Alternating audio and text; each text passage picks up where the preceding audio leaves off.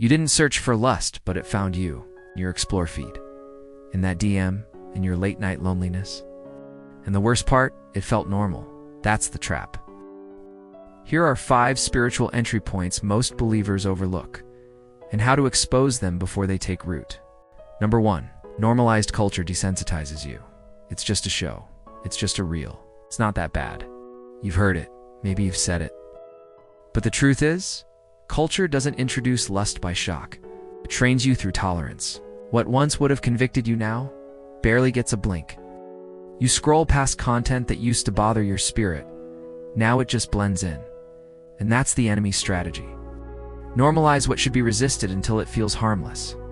Proverbs chapter 4 verse 23 says, "Guard your heart above all else, for it determines the course of your life." If you don't notice what's being planted, you'll be shocked by what starts growing. Number 2, boredom opens the door. You're not looking for sin. You're just looking for something. You scroll out of habit, click because you're curious. And suddenly, you've wandered into temptation. Not because you were weak, but because you were unaware. Lust thrives in idle moments. When your heart is unguarded and your soul is unoccupied, the enemy whispers, "Just one look." David's downfall in 2 Samuel chapter 11 didn't start with desire. It started with distraction. He wasn't at war. He wasn't praying. He was bored and walking on a rooftop. What you do when nothing's happening determines everything that happens next. Don't wait until temptation finds you. Fill the silence before it does. Number 3, emotional emptiness feels like intimacy hunger. Lust doesn't always come from desire. Sometimes it comes from loneliness. You're not chasing bodies. You're craving connection. But when real intimacy feels far away, false intimacy starts to feel like comfort. The enemy knows this. He won't tempt you with lust. He'll bait you with attention. He'll use flattery, fantasy, and validation. Anything that feels like love but leaves you emptier. Proverbs chapter 27 verse 7 says, "A person who is full refuses honey. But even bitter food tastes sweet to the hungry." When your heart is starving, even poison feels like nourishment. Heal the hunger, and the temptation loses its power. Number 4, late night hours, lower your guard.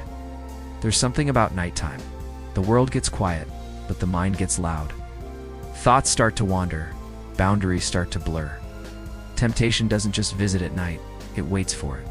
Because when your body is tired and your soul is unguarded, the enemy speaks the loudest. 1 Peter chapter 5 verse 8 says, "Stay alert. Watch out for your great enemy, the devil. He prowls around like a roaring lion looking for someone to devour." Late night isn't just a moment, it's a battlefield. Don't bring your phone into it unarmed. Number 5, small compromises create big openings. It starts with a glance, a double tap, just this once. But the problem isn't how small the compromise is, it's how silent it is. Because sin rarely shouts, it whispers.